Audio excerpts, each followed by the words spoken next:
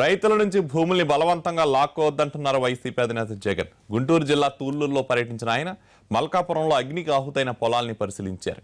ఉద్దండరాయనపాలెను అమరావతికి భూములు ఇచ్చిన రైతులతో ముఖాముఖి నిర్వహించారు. ఇష్టం లేకపోయినా బలవంతంగా భూములు లాక్కుని రైతుల్ని రోడ్డున పడేశారని ఆగ్రహం వ్యక్తం చేశారు జగన్. బలవంతపు భూసేకరణకు వ్యతిరేకంగా అవసరమైతే కోర్టుకు వెళ్తామని సవాల్ విసిరారు వైసీపీ అధినేత. ఆ బోర్డు కరెంటు బిల్లులు కూడా కడతా ఉన్నారు. ఎన్నో సంవత్సరాల నుంచి చేస్తానే ఉన్నారు. ఇప్పుడు ఆ భూములు మిమ్మల్ని దగ్గర నుంచి బలవంతంగా లాక్కున్నారా? అవును, అసలుకి ముందు ఇయ్యకపోతే ఇది ఉచితంగా తీసేసుకుంటామని బెదిరించారన్నా. ఈ భూములు నువ్వు ఎంతో కొంత వచ్చినా మేలేలో వీళ్ళు బలవంతంగా లాక్కుంటారు. భయపడి ఇచ్చినావు. కొద్దిగా ఇచ్చాం.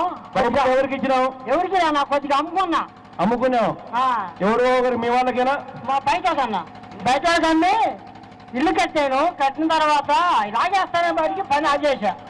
రోజుకొచ్చి కూలికెళ్ళి 200 రూపాయలు సంపాదించుకున్న రోజుల్లో సీఎం జగన్మోహన్ చంద్రబాబు నాయుడు గారు వచ్చి పొలాలు లాగేసుకొని మీకు ఏం బాగలేదు 2000 ఇస్తామని చెప్పని ఓట్లప్పుడు ఎలక్షన్లప్పుడు పట్టుబాటు పిల్లారావు గారు నారాయణ గారు ఇంటికి తిరిగారన్న.